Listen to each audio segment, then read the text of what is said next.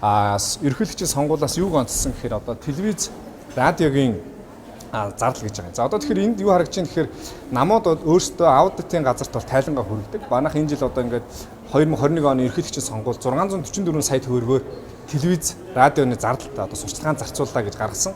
Бидний мониторинг судалгаагаар яаж гарч ирсэн гэхээр 14 тэрбум 940 сая, бараг 15 тэрбум төгрөгийн ийм зардал гаргасан харагдаж байгаа. За одоо энэ тоог яаж гаргасан бэ гэхээр бидний судалгааны материал болохоор энэ болохоор шударгуулалтын эрхчийн төлөө газраас 2021 оны Монгол Улсын ерөнхийлөгчийн сонгуулийн сурчлагаа нэвтрүүлсэн тайлан байна. За энэ одоо юу гэж харж байгаа гэхээр манай телевиз Монгол Ардын нам, Ардсан намын сурчлагын тайланг тэдэн минут нэвтрүүлээ гэдэг тайлан байгаа. Энийг бас бид нар төрийн байгууллагаас авахын тулд шударгуулалтын эрхчийн төлөө газарт 3 удаагийн санал гомдол гаргаж иж олж авсан. Уг нь бол нийтийн мэдээлэл ил тод байдлын хуулиар бол нээлттэй байх ёстой. За нөгөөх нь гэж.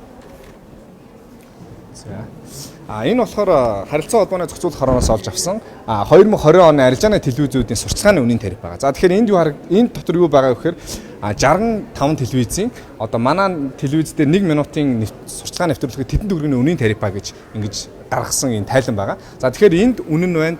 Төрөний миний харуулсанд болохоор минут байгаа учраас энэ хоёрыг хооронд нь харьцуулаад тэгээд энэ 14 тэрбум төгрөгийн сурчлагын зардал гаргасан байна гэдгийг ингэж бодит байдлаар харуулж байгаа.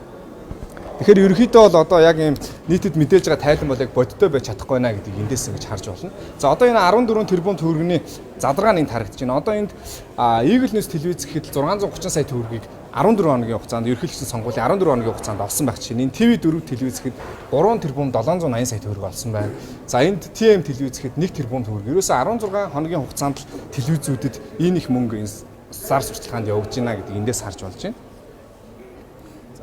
За энд болохоор одоо юу харагдаж байна гэхээр 2020 оны улсын хурлын сонгуулийн нам эвслийн сонгуулийн нийт санхүүжилт харагдаж байгаа. Ер нь бид нар яагаад энэ санхүүжилтийг хөндөд байна гэхээр ардчилсан оронд бол одоо хин ч гэсэн нэр дэвшээд бодлогын төвшөнд гарах боломжтой байх хэвээр. Гэвч одоо яг бодит байдал дээр энэ бол хэн мөнгөтэй вэ? Хин их мөнгө зарж байгаа л ингэ сонгуульд нэр дэвшиж байгаа ийм байдал харагдаж байгаа. Энэ бол ийм тэгш бус байдал үүсэж байна. За тэгэхээр нийт бол энэ сонгуулийн санхүүжилт 75 тэрбум төгрөг байж байна. Энийг их сонирхолтойгоор харж үзэх юм бол сонгуулийн сурчлагаа бол 16 хоног болсон. Тэгэхээр нэг хоногт 4.7 тэрбум, нэг цагт 195 сая төгрөг, 1 минутанд 3 сая төгрөгийг ерөөсөн минут тутамд 3 сая төгрөг ингэж зарагдаж байгаа. 16 хоногийн хугацаанд маш их мөнгө энэ сонгуулийн сурчлагаанд явж байна гэдэг эндээс харж болж байна. Тэгэхэд иргэд бол 35 тэрбум төгрөгийн хандив байна. За нэр дэвшигч өөрийн хөрөнгө нь 21 тэрбум, маш өндөр зардалтай тий. За тэгээ хуулийн этгээд буюу компани 11 тэрбум төгрөг.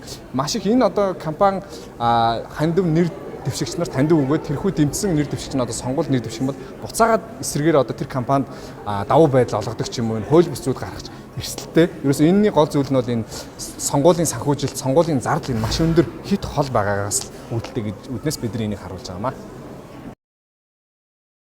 За энд болохоор одоо